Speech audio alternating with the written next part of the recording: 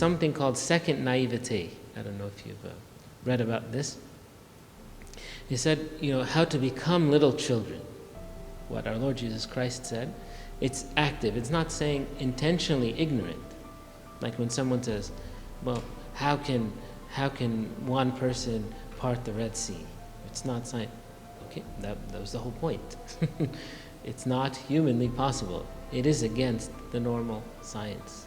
There may be a scientific way to explain it, which we know or don't know. But when we accept the fact that we don't know everything, and that we leave room for God to be God, and to act in ways that don't make sense to us, in ways that we don't understand, that's becoming like little children, and leaving the room to say, well, you know what, I don't know.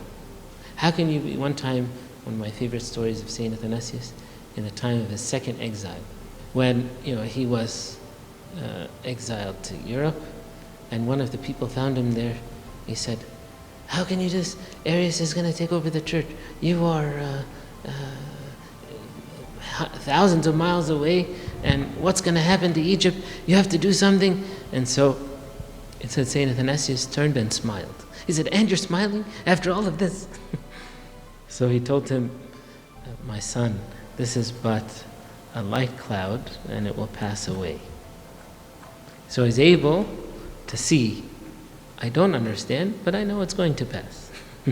This difficulty I've seen before. Just like in the storm, the first time they would say, we're going to perish. The second time, what did St. Peter say? Well, first they said, oh, it's a ghost, and they got very scared. Second time, what did he say? Okay, you're walking on water, let me walk on water. Like he said, I don't understand what you're doing or how you did it, but I want to do that.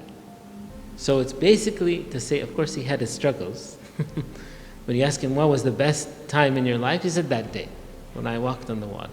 Yeah, I made many mistakes, and yes, I fell for a little bit, but I understand now who he is, who I am, and what he wants from me.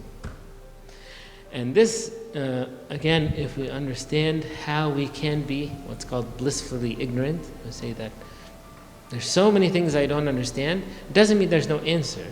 I can search for the answer. God doesn't prevent me from understanding, but it's not a barrier for me. Like people say, no, I'm not going to be happy until I can understand 1, 2, 3, 4, 5.